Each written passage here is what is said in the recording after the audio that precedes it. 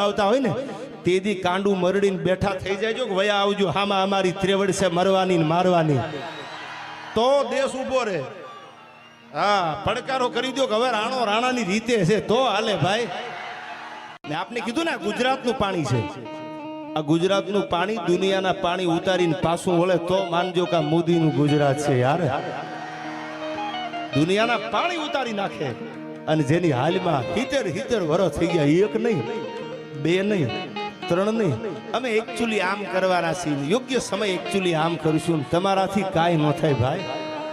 કરવા વાળો નરેન્દ્ર મોદી ધોળા દીએ કહી દે કે આયા રામ મંદિર બનશે, કોના બાપની તેવડ છે ખૂંટા હલાવી શકે.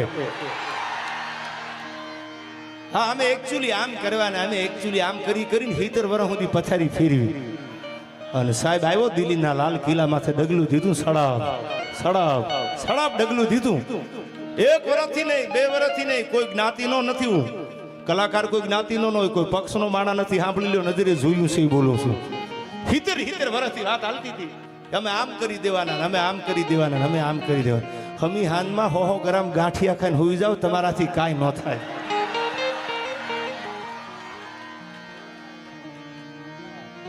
હોઈ જાવ હમી હાનમાં કૂતરા ભહે પેલા. અને આમ જ્યાં ભારતના વડાપ્રધાન તરીકે જ્યાં ડગલું દીધું, આ વડનગરની માટીની તાસીર તો જોવા ભૂમિની યાર. હું હૃદયથી કહું છું, પેલા આપને આ માટીને તો મેં આવતા મેં સલામ કરી, પણ આપને કહું છું વડનગર વાસીઓને, તમે ભાગ્યશાળી છો, મોદીના ગામના છો. દુનિયામાં ઓળખાણ આપો. આપણે ગુજરાતના હોય, હિન્દુસ્તાનમાં ગમે ત્યાં વિદેશમાં જાવ તો એમ કે અમે ગુજરાતના છીએ. તમે દિલ્હીમાં જાઓ, આઉટ ઓફ સ્ટેટમાં જાઓ, ઓહો ગુજરાતના છો એમ તમને બોલે. તમે તો એટલા ભાગ્યશાળી છો કે તમે તો વડનગરના છો, જ્યાં નરેન્દ્ર મોદી અને સાહેબ મનહર મુખે માનની અને જેના ગુણિયલ હોય ગંભીર. અરે આ તો ઈન કુખે નર નીપજે, ઈ તો વંકડ મૂછા વીર જાય. હીરામાં જેવી જગદંબા હોય ને ત્યાં મોદી જેવા દીકરા જન્મે. ભલા માણા મનહર મુખે માનની અને જેના ગુણિયલ હોય ગંભીર, ઈન કુખે નર નીપજે, ઈ તો વંકડ મૂછા વીર. થાતા હોય ન્યા થાય, ગમે ત્યાં ન થાય. હાથલિયા થોડે કોઈ દી કેરીયું ન થાય, ત્યાં ગોલકા થાય. આ નક્કી રાખજો તમે. અને મને તો ઈ ભરોસો છે યાર કે વિશ્વના ગમે એટલા દેશ ઊંચા નીચા થાય, પણ દિલ્હીમાંથી પડકારો થઈ જાય, ઝૂકેગા નહીં સાલા. પછી રામના નામ લેવાના હો. 7 વખત વિચાર કરવો પડે, સાલા નરેન્દ્ર મોદી બેઠા હે. હા, એ મોદી છે. અને અહીંથી પહેલો વિદેશની યાત્રાએ મોદી સાહેબ ગયા ને, પણ યુએસ આપને જાણો છો, યુએસ તો હજી વિઝા નહોતું આપતું. ઈ કડે દોકડ બાંધીને હામૈયા કરવા માંડ્યા, શેરી વળાવીને સજ કરું ઘરે આવો, ભૂર્યું દાંત મંડી કાઢવા. ઓહો મોદી આવે. આ નરેન્દ્ર મોદી છે જેની તાસીર. અને હું ઘણી વાર બોલું છું મારા ડાયરામાં કે શ્રાવણ મહિનો આવે ને, જેના કપાળની માલકોર ભભૂત લગાડેલું હોય ભગવાન શિવનું, ઓમ નમઃ શિવાય, ઓમ નમઃ શિવાય, ઓમ નમઃ શિવાય. તમને એવું નથી લાગતું ક્યાંક દાડો 2 ડગલા આગળ હાલ્યો હશે? અને જ્યાં માં આગળ હાલે, જ્યાં ભગવાન 2 ડગલા આગળ હાલે, પછી દુનિયામાં કોઈની બાપની તાકાત નથી કે એના રૂવાડા ખાંડા કરી શકે. 100 કૌરવોની સામે 5 પાંડવો હતા, પણ ભગવાન જ્યાં ભેળો હાલ્યો, કૃષ્ણ જ્યાં ભેળો હાલ્યો, સારથી બની ગયો. અર્જુન હે મેરો પ્રાણ અને મેં હું અર્જુન કો પ્રાણ, અર્જુન કી સો જીવની હમારી હે. અર્જુન મારો જીવ છે. એ દુર્યોધન, તું એમ કેતો ખોઈના નાકા જેટલી જમીન નથી દેવી, 5 ગામ નથી દેવા, તો સાંભળી લે, અર્જુન હે મેરો પ્રાણ, મેં હું અર્જુન કો પ્રાણ, અર્જુન કી સો જીવની હમારી હે.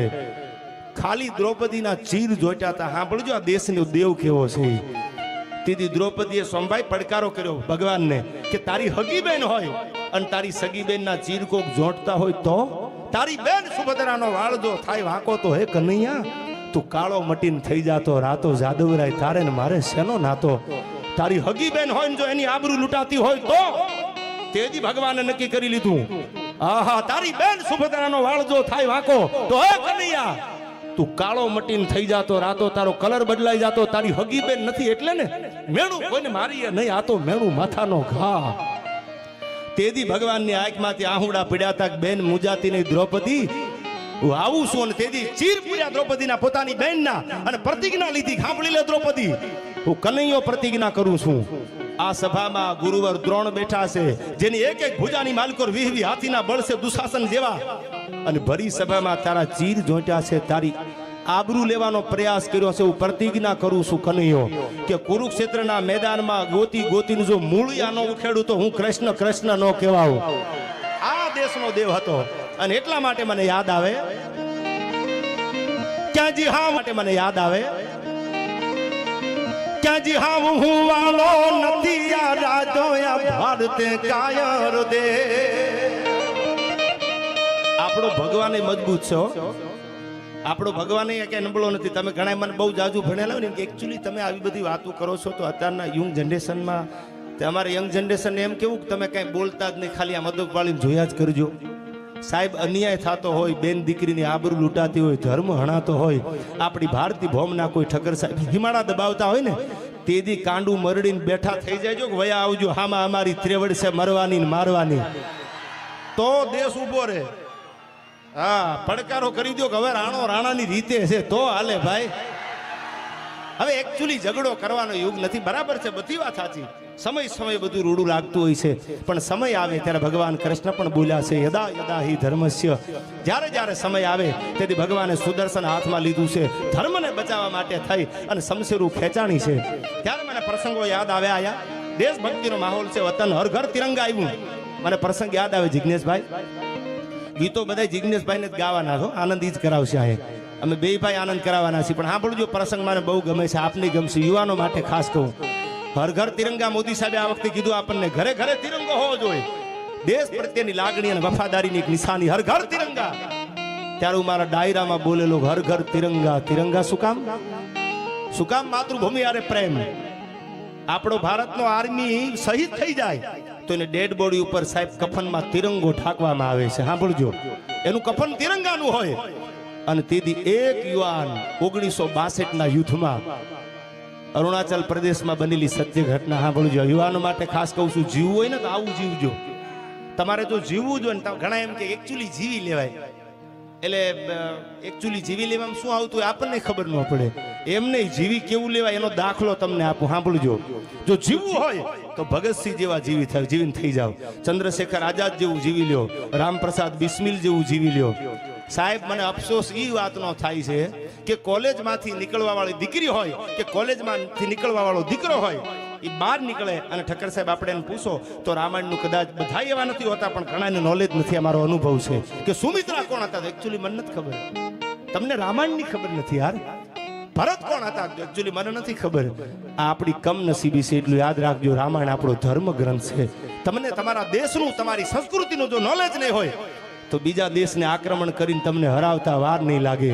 અને એથી આગળ કહું કે તમે પૂછો ને કે સલમાન ખાનની 3 પેઢી, તો એ 3 પેઢી સલમાન ખાનની કહી દે. પણ તમે એ પૂછો કે ભારત માટે પેલા શહીદી કોને ઓરી, એકચ્યુઅલી મને નથી ખબર. સાહેબ, આવું ન થાય ને કહી દીજો કે મંગલ પાંડે અને સુખદેવ જેવા હિન્દુસ્તાન માટે મરવા તૈયાર થયા છે. આયા ખાલી 14 વર્ષની ઉંમર હતી અને પોતાના વતનને મૂકી અને ભગતસિંહ કાનપુર આવ્યા. સાંભળજો, આ ભગતસિંહ आया कि मेरी माँ मेरी शादी की बात करती करता है, नहीं शादी नहीं करूंगा. क्यों नहीं करेगा भगत?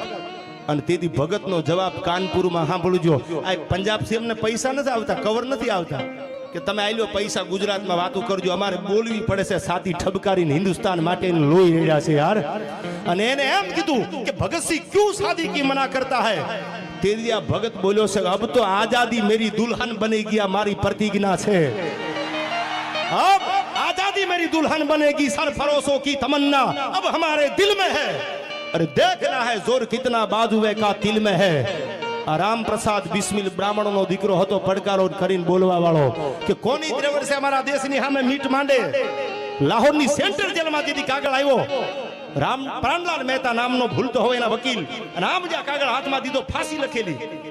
તેથી મૂંઝાણા નથી. ટગર ટગર ટગર ટગર સુખદેવ રાજ્યગુરુ અને ભગતસિંહ હામું જો નક્કી કરી લીધું ખવારમાં ફાંસીના માચડે ચડાવે ને તો મોત સામે હાલી જવું છે. પણ મારો હિન્દુસ્તાન જ્યાં સુધી આઝાદ ન થાય ત્યાં સુધી મારી નીંદર હરામ થઈ ગઈ છે. વાત લાંબી છે, ટૂંકમાં કરું છું. સવારમાં ફાંસીનો સમય થયો. સાંભળજો, આ તમને મને આ યાદ રાખવાની જરૂર છે. કેટરીનાએ કેટલી વાર લગ્ન કર્યા ઈ ન યાદ રાખો તો સારું, ભગતસિંહનું યાદ રાખો તો દેશ શકશે યાર. ન્યા ધ્યાન રાખીને બેઠા એને એકચ્યુઅલી ત્યાંથી છૂટું થઈ ગયું છે ને એકચ્યુઅલી પછી બીજે ગોઠવાઈ ગયું છે. દીકરીઓને માટે હું ખાસ કહું છું, સીતા જેવું જીવન જીવજો યાર. દીકરી ગરીબની હોય કે અમીરની હોય, પરણીને હારે જાય ને તો બાપની આગળ કરિયાવર ન હોય તો કાંઈ નહીં, રામાયણનું કે ગીતાનું પુસ્તક આપી દેજો. એ દીકરીના કુખે જે દીકરા જન્મે ને એ શિવાજી જેવા મહારાણા પ્રતાપ જેવા, રામપ્રસાદ બિસ્મિલ કે ભગતસિંહ જેવા દીકરા જન્મ યાર. સીતા જેવું જીવન જીવજો. સાંભળજો, આ વડનગરની ધરતી છે. આ કેવી દીકરીઓ તાના અને રીરી. દીપોગરા ગાયો અકબરની કચારીમાં અગ્નિ ઉપડી ગઈ. તાનસેન ને જાવું ક્યાં? પાણી તો જો તમારા વડનગરનું યાર. ફરતા ફરતા ફરતા ફરતા ફરતા ફરતા ફરતા તાનસેન આવ્યા. આ તાના અને રીરી બે બહેનું જેને મલ્હાર રાગ ગાયો અને સાહેબ દીપક રાગની અગ્નિને બુજાવી દીધી. આ ઈ વડનગરનું પાદર છે. આ દીકરીઓ તો જો, એની તાકાત તો જો. ખાલી દીકરી ભણતી હતી પ્રાથમિક શાળામાં, કીધું કે લખી દે મેં દુર્ગા બનૂંગી, મેં ચંડી બનૂંગી, મેં વિરાંગના બનૂંગી. ઊભી છે, લખ્યું. બીજી દીકરી આવી, ત્રીજી દીકરી આવી. હવે સાંભળજો, 7 વર્ષની દીકરી થઈ ઊભી હો. આ દેશ દીકરીઓનો છે. 7 વર્ષની દીકરી ઊભી થઈ, બ્લેકબોર્ડ ઉપર લખ્યું મેં દુર્ગા હું, ચંડી હું, વિરાંગના હું. મારે બનવાનું ન હોય. હું મારા જન્મથી ચંડી વિરાંગના છું. આ બોલવા વાળી દીકરી સોમભાઈ સાહેબ લખીને વહી ગઈ ને ત્યારે કોઈને ખબર ન પડી, કારણ કે ગરીબ ખબર ન પડી, પ્રાથમિક શાળામાં ભણતી હતી. પણ ઈ દીકરી જેથી 25 વર્ષની 30 વર્ષની થઈ અને ઘોડાના પેગડા માથે જે આમ પગ મૂક્યા, ત્યાં તો અંગ્રેજોની સલતનત ધ્રુજવા માંડી. અને અંગ્રેજ ગવર્નરે પૂછ્યું કોણ છે? કે ઝાંસીની રાણી લક્ષ્મીબાઈ તમારી નીંદર હરામ કરવા ઘોડે ચડી છે. આ ઈ દીકરીઓનો દેશ છે યાર.